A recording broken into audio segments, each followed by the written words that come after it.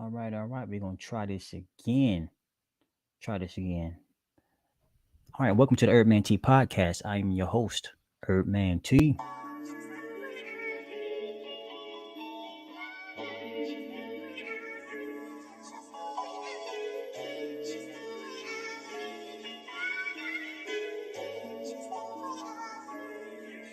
Spectate.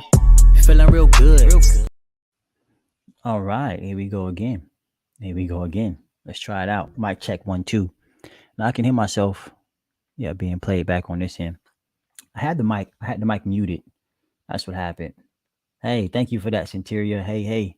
Had it muted. Now it's unmuted. That was on me. My fault. Technical error. So I'm just going to start over, start from scratch. Sound check good. All right, perfect. Yeah. Hey, and Andrea. Never seen it spelled IA before. All right, let me upload the slide again.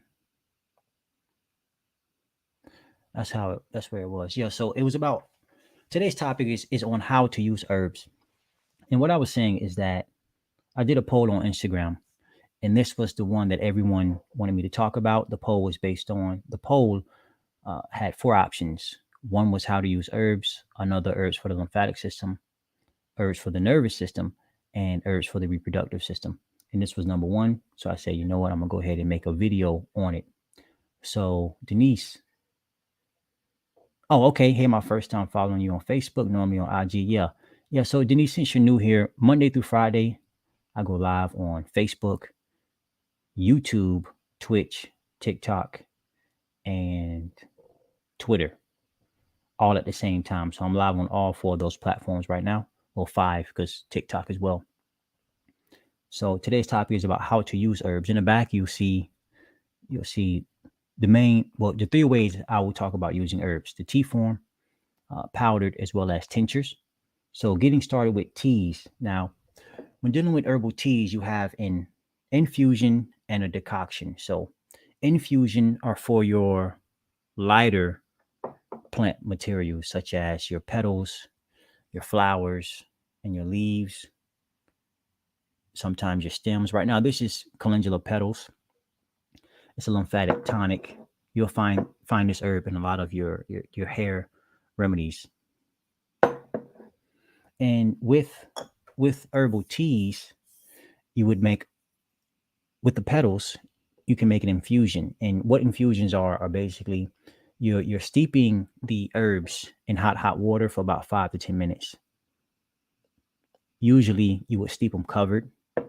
So you'll take some hot water, put it in a glass cup, mug, etc., and put your dried herbs into it. Pour it up, and then cover it up and let it sit for about 5 10 minutes. Let it cool down and drink it. And this is for your petals. It's for your leaves. It's for your flowers, etc. Now, when you need to extract, when you're dealing with your more dense plant materials like your berries, your roots, your rhizomes, etc., then you're going to do a decoction. And with a decoction, then you're going to lightly boil the herbs or lightly simmer it. This right here is golden seal root, extremely bitter. And also you have hawthorn berries. So you would decoct your berries, again, your roots, berries and your roots. And it's something I'm missing. I mean, even your nuts, seeds, horse chestnut, your fenugreek seed, etc. And the duration will be about 10 to 20 minutes. It all depends, but this is just general knowledge as to how to use the herbs. Now, whenever you're formulating herbs or you're mixing a bunch of herbs together, if you want to, let's say, combine hawthorn berry with lemon balm, right? Well, the first thing you do would be decoct this herb, the berries, for about 10 20 minutes. Turn it off or turn the boil off. And once the water is no longer at a light boil, then you could add the lemon balm in with the hawthorn berries, because now it's technically an infusion. And that's how that will work. Now, moving on to powders. Normally, people would use, I'm on full screen mode now. The powders you would use. Well, first off, what are powders? Basically, powders or are herbs ground down to a real fine consistency. I think it's hard to see that on screen. Real fine consistency. So some herbs like the lemon balm you can ground down in your mortar with a pestle to a real fine consistency, and then even put it in a capsule after that. But usually you would put the herbs in a capsule form because they taste horrible and you don't want to deal with the taste, or that's just your preference. Either way works. And with this herb, of course, you don't have to worry about infusing or decocting at all. And the last form I'm going to talk about is a tincture, my favorite, or a glycerite. Now, a tincture is basically you extracting the constituents or the ingredients of the herbs with the menstruum, such as alcohol. And if it's a glycerite, it's going to be with the menstruum, such as vegetable glycerite. Now, basically, it's real easy to make a tincture, and tinctures are more potent than your infusions and your decoctions. Reason being is because you're going to let the herbs sit in the menstruum or the solution for about 3 to 6 weeks. I like 4 to 6, but some people do about 3 weeks. And sometimes there are certain constituents in plants that you can't get or you can't extract out of the plant in just water. They're not water soluble, if I'm saying that correctly. So then you use the alcohol. Like, for example, I know ginkgo leaf is, you can get some benefits from it if you're taking it in tea form. But if you want all the benefits, like the anti-inflammatory properties from ginkgo leaf, you would want to take it in tincture form. All right. So this is a brain and nerve blend. And it's about time for me to press it. So basically, you'll let it sit in a glass jar like this. The old folk method is basically you'll fill this container up with dried herbs to about yay high. Pour alcohol in it. Let it sit for about 4 to 6 weeks, shaking it every couple of days. And then once you get ready to pour it out, you can pour it out into a cheesecloth or wool cloth, and you'll squeeze it out into whatever glass container you have, and you'll put it in a tincture bottle like this. I don't think I have. Well, yeah, I think this was my first one I made. It was a glycerite. Yeah, what I got on here: skullcap, ginkgo, gotu kola, lemon balm, rhodiola, erythro root. Yeah, so once you get a basic idea of how to use herbs, you can start playing with it on your own. First start with one herb. Herb safety is always important.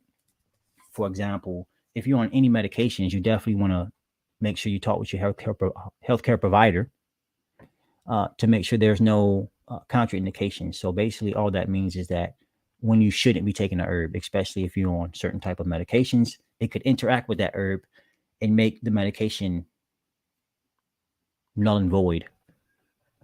So, but yeah, and a general rule when mixing or a general dosage when taking herbs, especially your infusions like leaves, petals, flowers, is 1 teaspoon to a cup. But if it's your first time, 1 teaspoon of the dried herb to a cup of hot water. But if it's your first time using the herb, you want to knock it back to a 1/4 teaspoon to a cup of hot water and work your way up to a teaspoon. You want to start small and then gradually get bigger and learn your tolerance, because maybe a 1/4 teaspoon is all you need. Maybe you need to go up to 2 teaspoons to get the effect that you're looking for. So just a quick recap how to use herbs. You can use them in tea, powder, and tincture form. Tincture or glycerite. I forgot to mention, instead of putting alcohol in here, you can put vegetable glycerin. Vegetable glycerin is sweet, so it's great for children. Because of course most people don't want to give their children alcohol, which is great, but alcohol is absorbed quickly into the body. So it's really, alcohol tinctures are great for antispasmodic formulas if you want to get rid of a seizure quick. You're looking at what, like 2 to 3 minutes to get rid of a seizure quick, and some antispasmodic herbs you can look into are, I want to say, well, relaxing nervines as well. You have skullcap, gotu the ginkgo leaf with its anti-inflammatory properties, etc. But I was going to give you a recap, but there are other ways to use herbs. You have poultices. You can make a herbal salve. This here is from a site called Herbalist and Alchemist. Most people know about herbal salves when they first get into herbalism. Basically, this is what you can apply topically, put on yourself. This one is a comfrey and calendula salve. So there are many different ways you can use herbs. Not to mention if you own your own diffuser, you could essential oils like peppermint or lemon and put a couple drops in, smell it, make you feel better. So it's all a matter of what are you trying to do? Where are you trying to go? You can use herbs as a toothpaste. Put this right here. And this is another use of ground herbs in your own toothpaste formula. Yeah, see here I got what? Baking soda, parsley. Of course, baking soda isn't an herb, right? Peppermint, white oak bark, cloves, and much, much more. Clean that mouth up. Can be used as a mouthwash. You can use herbs as shampoos, soaps, etc. But the basic thing I talk about when you see my short videos is herbal teas, and that's infusion and decoction. So again, the general rule when using herbs, herbal teas, herbal infusions: 1 teaspoon to a cup of hot water, steep covered 5 to 10 minutes. And if it's your first time using whatever herb, I mean, you can even infuse golden seal. The taste is going to be horrible, but it's a root, so you won't be getting as many benefits as you could. But since you're first starting off, it's fine. And always start, if you're first starting off with a herb, a 1/4 teaspoon to 1 cup of hot water. All right. I see we got some more people coming in on this side of the face. But yeah, any questions? I'll go ahead and answer some questions. I got a little bit more time. What do you grind them with or grind? Oh, perfect. Yeah. So it's right here. Yeah. So, oh, drop something. All right. So you can get a pestle and a mortar. All right. And yeah, so pestle, mortar. You'll put the herb inside here and you'll grind it on up and it turn into a powder. So yeah, with the leaves are extremely easy.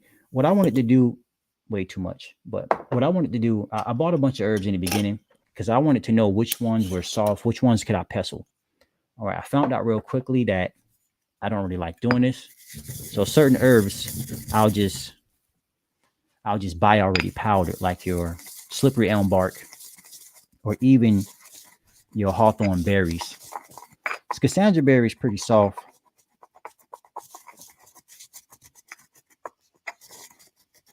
I seen someone on TikTok. They were selling, I think, they were selling toothpaste, herbal toothpaste, and it was grounding or pestling cloves on camera, and it'd be the clove buds that you got from the store.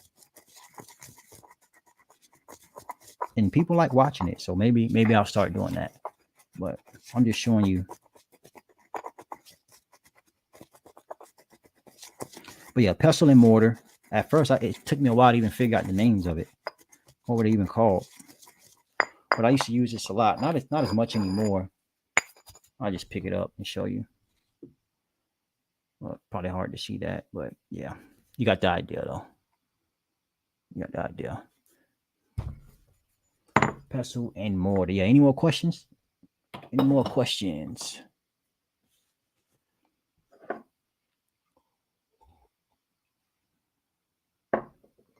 Where did I get them from? Yeah. So a lot of my herbs as of now, I'm getting from a place called Mountain Rose Herbs.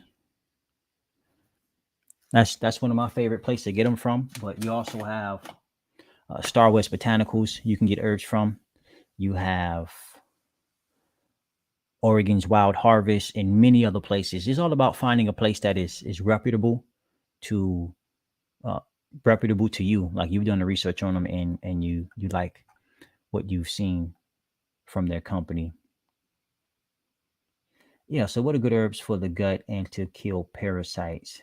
Yeah, so gut, you know, so herbs for the bowels, understanding that when dealing with a bowel issue, you have to look at the endocrine system because you have the autonomic nervous system involvement with the gut. So herbs for the gut, I mean, you have herbs that can reduce inflammation, you have herbs that can stimulate the gut's function and to kill parasites. So I'll give you some herbal actions. So some great herbs for the gut.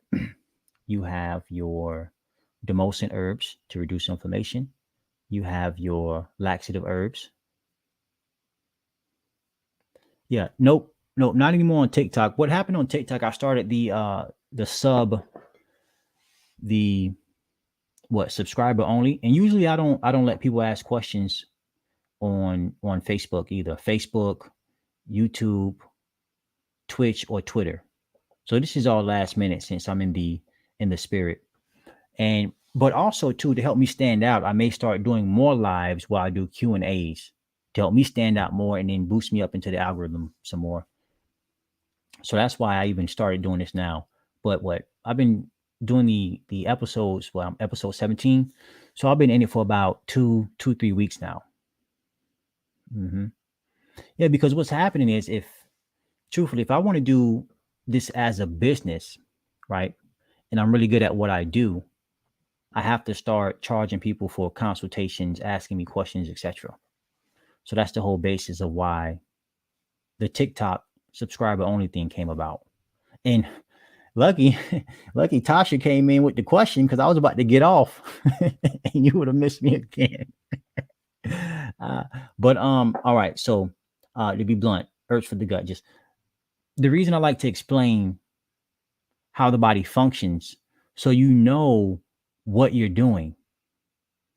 So you know the right approach to take. So for example, okay, you got a gut problem and kill parasites, right? So obviously there's some issues going on with fungus because parasites and fungus are just one and the same, if you know what I'm saying. And because you eat a lot of fermented foods, you change the terrain in your gut to invite the parasites in. The parasites are there to eat the bad foods that you're consuming. If you were never consuming these foods, the parasites would have never showed up in the first place. So really the parasites are there doing their job. The issue with the parasites is that when they begin to obstruct your bodily function, obstruct blood flow, obstruct the movement of lymph. And I'm saying all this to say, yeah, you can take herbs like marshmallow root, slippery elm bark, yellow dock root, turkey rhubarb, wormwood, black walnut hull, tansy, etc. But you may need a lot more than that. But a gut cleanse is a start, and those were some herbs that could help with your question. uh, but Lisa, why since you're here, why not ask me a question?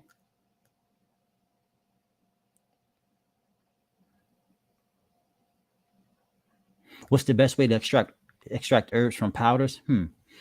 I would have to say tincture form, but the only issue with it, I think the proliferation method, but I don't like that method too much. You're welcome, Tasha. I don't like that method too much. Uh, it can be tricky, but the issue with extracting herbs, powdered herbs, let's say in tinctures or glycerites, is that it'll leave a residue or like a bunch of. I don't have a tincture, a full tincture. I was going to show it on the screen in front of you, but it'll just leave a residue that might taste weird. Like if you were to decoct herbs and have a a bunch of dried powdered herbs at the bottom and drinking that stuff. But other than that, I would say as a tincture, just because the alcohol is really strong at pulling certain constituents out. So with alcohol, thank you, Centeria, taking the time out to discuss herbs. Yeah, no problem, no problem. Yeah, I think that's it. No more questions. That's it. Yeah, if you could head over to YouTube, like and subscribe over on YouTube. Here we go. Ear infections. Yeah. So herbs for ear infections. Golden seal root. Golden seal root. But why is the ear infection there in the first place? You know, it comes back down to lymphatic stagnation. It could be that your tonsils are inflamed and swollen and can't draw the infection or the microorganisms in, and then move them out through the lymphatic system. But even you can do put a couple drops of garlic on a cotton ball and then stick it in your ear for a few minutes and then pull it out to help draw that ear infection out. But the cause is lymphatic stagnation. So there's a strong chance you'll continue to get those ear infections if you continue eating what you're eating, or maybe you're going swimming in the pond or something.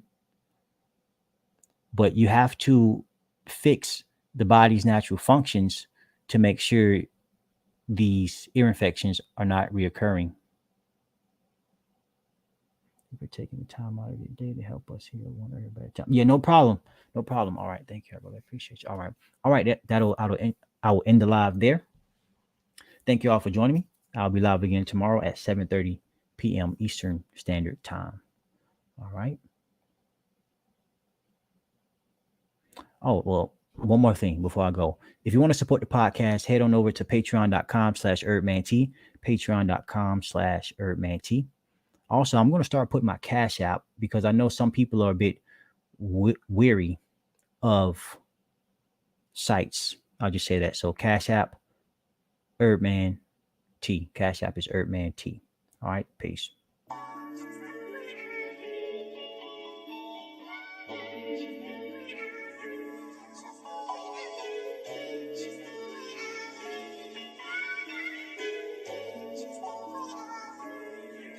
Spectate. I'm feeling real good. Feeling like I never knock on wood. Studying my health, I think you should. Be a better you every day, keep it true. I'm feeling real good. Feeling like I never knock on wood. Studying my health, I think you should. Be a better you every day, keep it true, and be held accountable for everything that you do. Be surrounded by the ones that are loving you. Growing never sink unless you sinking in the shot. While you in the fourth quarter and the haters sit and watch. They don't wanna move. They wanna sit and talk, never do. Don't you worry about them, strive to improve. And when they gunning for your queen, kinda move. They don't wanna move. They wanna sit and talk, never do. Don't you worry about them, strive to improve. And when they gunning for your queen, kinda move. I'm feeling real good. Feeling like I never knock on wood. Studying my health, I think you should. Be a better you every day, keep it true. I'm feeling real good.